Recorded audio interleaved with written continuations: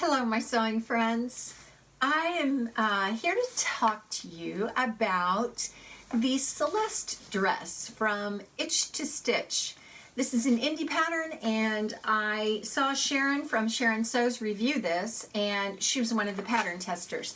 And I liked it so much that I got the pattern and I made it up. I did a wearable muslin first, and then I did the I've tweaked it now version, and I really love both dresses, and so I thought I'd tell you my thoughts about it.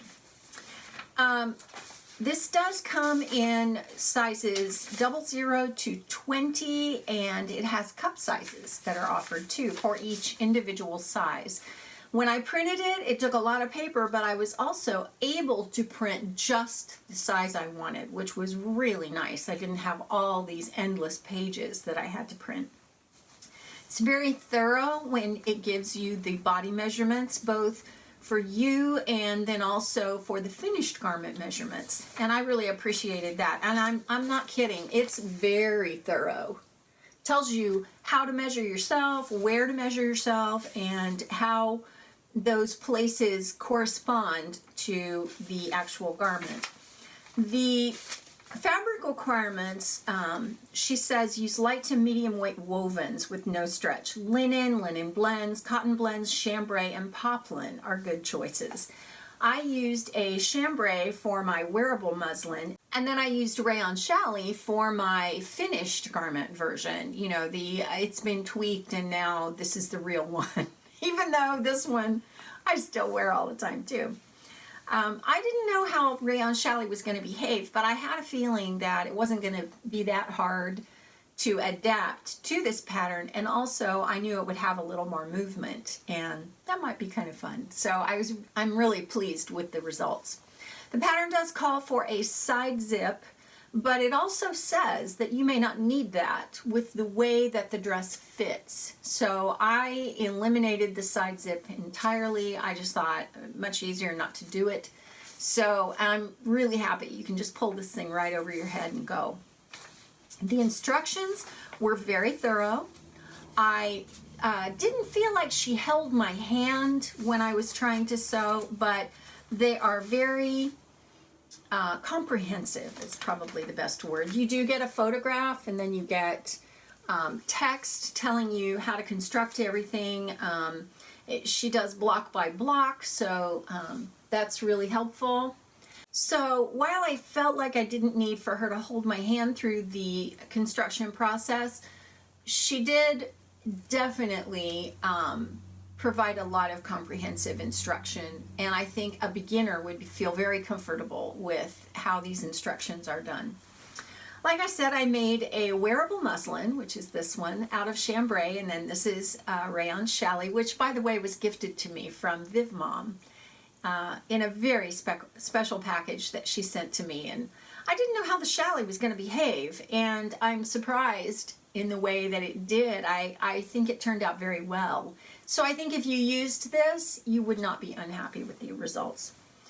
I did have a little bit of problem with the construction, and so I'll show you what I mean. You can tell on this that this has princess seams that come down, and then it's got this square piece in the center. Well, the way you do that is you construct that and then gather the bottom part of the skirt in the front to that, and then you essentially have side pieces which provide the pockets and some other things. She does tell you to stabilize these with the seams in areas where there might be a little bit of stretch, which I liked. I had not done that previously, and I thought that was a great idea. My problem came when I went to sew the facing down on the inside. I did what the pattern tells you, which is to turn the facing under and then pin it down, and then from the other side, from the right side, you stitch in the ditch. Well, I did that, and I couldn't believe that on the facing side, my stitching was perfect. Oh my gosh.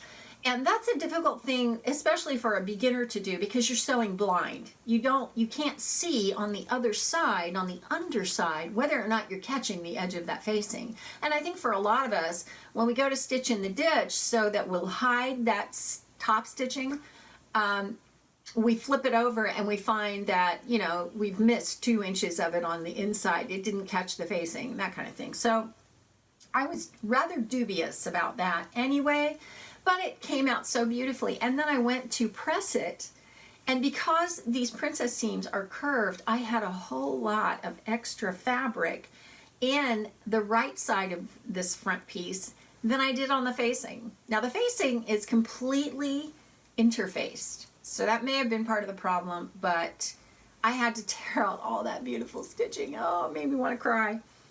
And redo it because it wasn't flat in the front. I mean, this did not lay flat. I had all these, you know, this extra fabric. So I redid it, and then I tried it on, and it was too big. I made a size 12, and I probably should have made a 10. And I knew that at the time, but I thought this is a wearable muslin, and so I'll figure it out.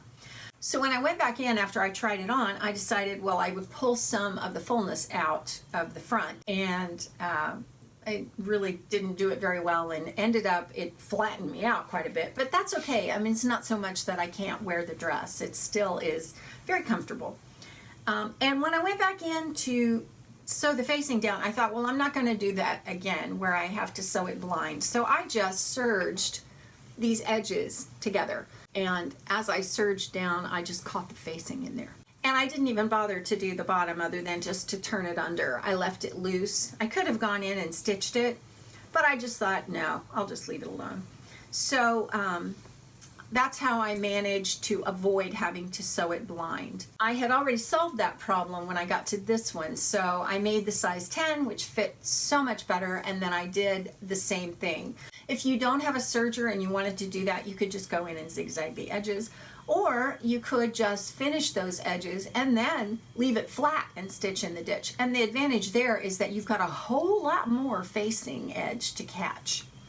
So that was my only problem with this at all. It went together really pretty quickly, especially more quickly on this version than on the wearable muslin.